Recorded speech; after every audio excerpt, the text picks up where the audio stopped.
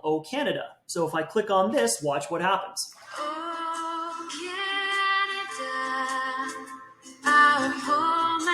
Then once O Canada is finished, I'll jump into prayer. And then what I'll do is I'll come into my green screen, my camera, where the students will actually be able to see me. So immediately you might be thinking, wow, that was a lot. I'm going to walk you through this, how to do this. It's a lot easier than you think. And once it's created, the only thing you have to do is go back into OBS every day, and it saves everything inside the program. So you set it up once, you never have to touch it again. Okay, so first things first, let's get a good morning picture. So what I'm going to get you to do is this.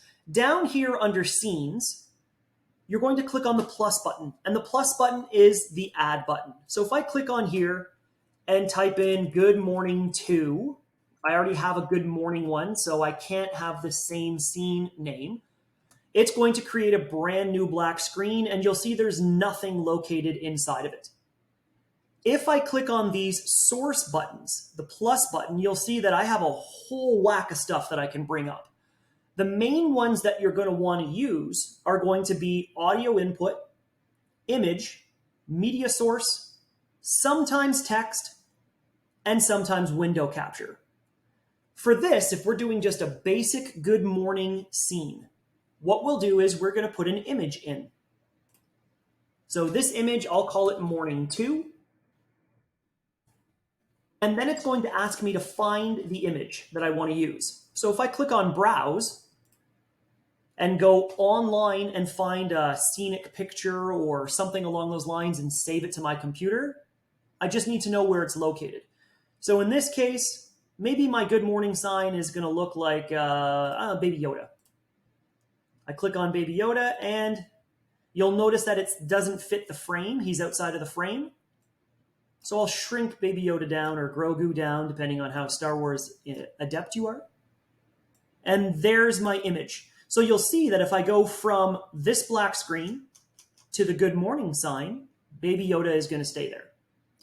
And maybe that's not all I want to do. Maybe what I want to do is I want to have a message that says, good morning, everyone, or today's date, something along those lines. What I do is this. I click on the plus button again, and I'm going to add some text under depreciated. I'm going to click on text, and then I'm just going to write a message. I'll call this morning message.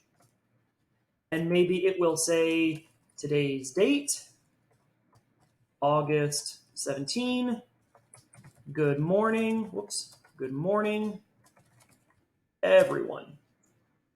Hit OK. Shrink it down so that it fits into my screen.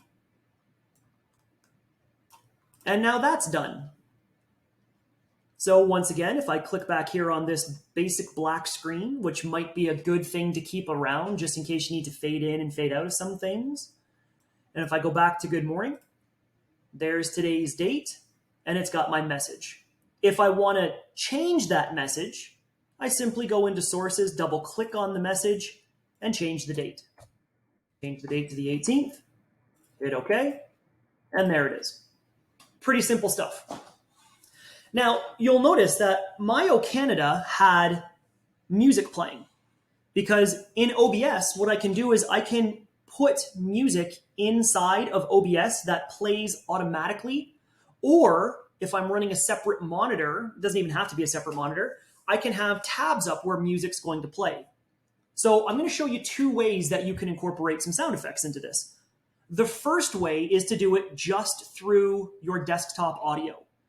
And all you need to do for that is have this VU meter up and then find a piece of music. I like to use sound effects, so I'll show you in a second how to do that. So if I want to come into a good morning sign, maybe I want them to come into classical music, I'm simply going to play the music. I'll turn this down here so you can hear me a little bit better. But you can see now there's music running through OBS, and I can control the volume that the students hear. The louder it goes, the more into the yellow and the red it's going to get. You probably don't want to be too much into the yellow. Otherwise, for kids who have headphones on, it may be a little bit distracting. And if you want to turn the music down and fade out, you simply just pull that down. And as those green meters disappear, the volume disappears for the students. It won't disappear for you because you're playing it through your computer, which means you'll have to come back and actually stop it yourself. So come back in the morning, boom, you're done. Okay? That's one way that you can go about doing it. Now, like I said, I use sound effects in my class. And what I do is generally have the desktop audio up so I can run sound effects. And they're on My Instance, which is a website for sound effects. And I can just do random sound effects. So if your students, for instance, are not, they're not answering a question or participating, maybe you've asked them something, you could definitely throw in some sound effects like the crickets or the snore sound effect.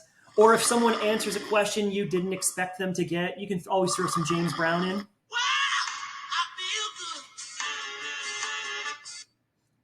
So there's all sorts of different things. There's applauses, there's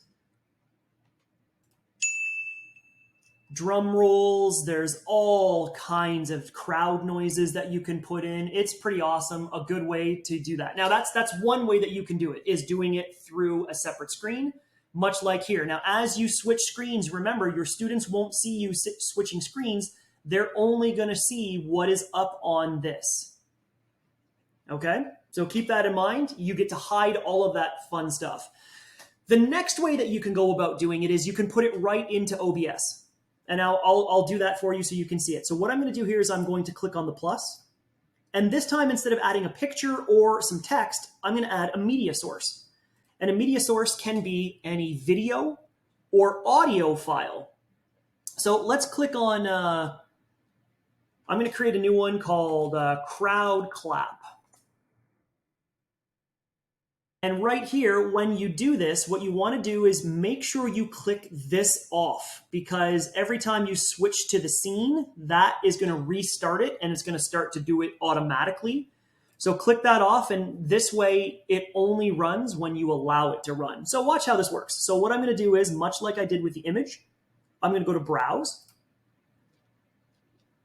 And I'm going to find, here's an audience clapping sound effect. I'm going to hit Open. And then I'm going to hit OK. And you can see that the volume is way high right here. But you'll notice that you can't hear it yet. And the reason that you can't hear it is because of this. What you'll need to do is go into this setting tool, and you're going to go into Advanced Audio Properties, and you're going to change this to Monitor and Output. Monitor means that you can hear it, and Output means that your students can hear it. And now what I can do is every time I click on this and hit play, you're going to hear the clap.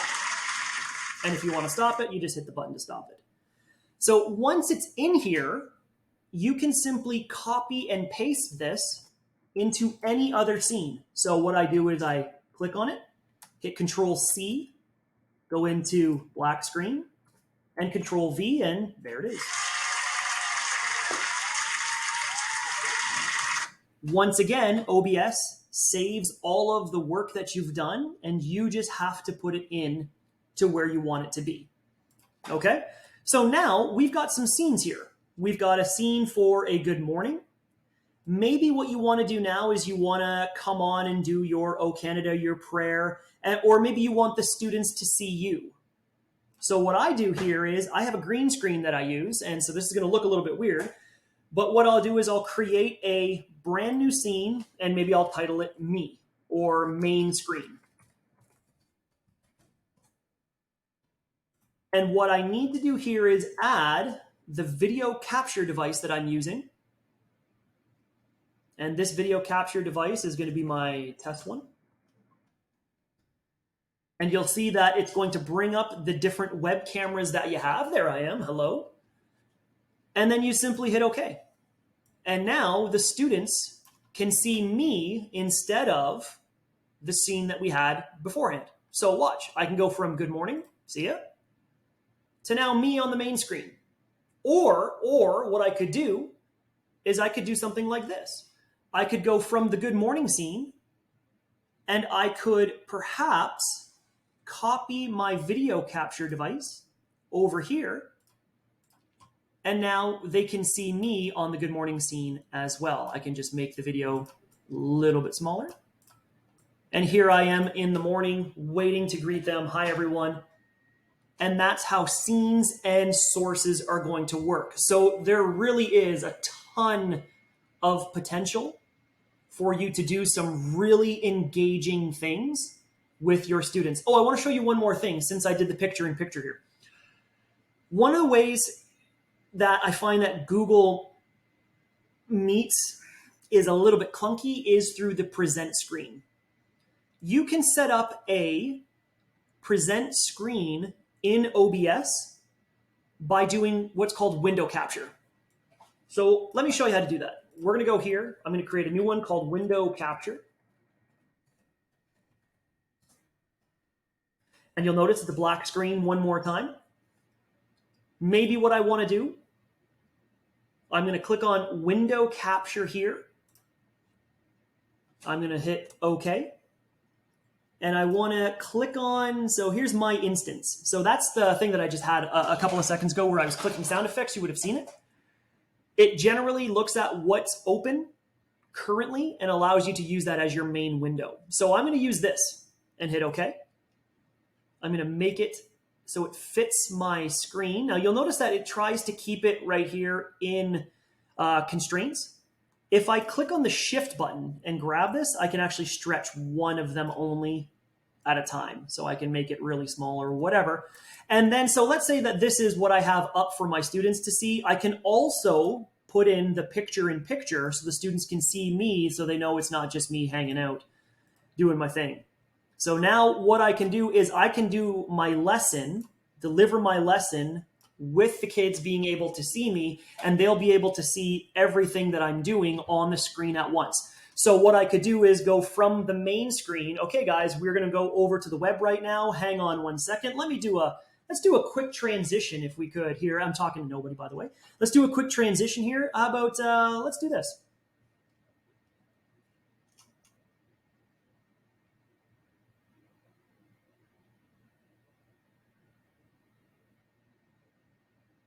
And here we are on the window capture scene. Everyone, this is what we're going to be working on today. Blah, blah, blah, blah, blah. Thank you very much for tuning in and doing the lesson. And then we're going to go back to me on the camera. 1 second. You can see these little fun transitions make it a little bit more engaging for your students. And here I am back on the main screen, and you'll notice that it's so much easier just to click the stuff on the left-hand side under the sources than it is to actually go through and stop presenting, so on and so forth. This is video number 2, which is all about creating scenes and sources. If you have any questions, if this is something that seems like you're interested in doing and learning, I want to be a part of this, your journey. I want to be able to help you in any way that I possibly can. Feel free to email me. Actually, let's do an email. Let's throw my email up here.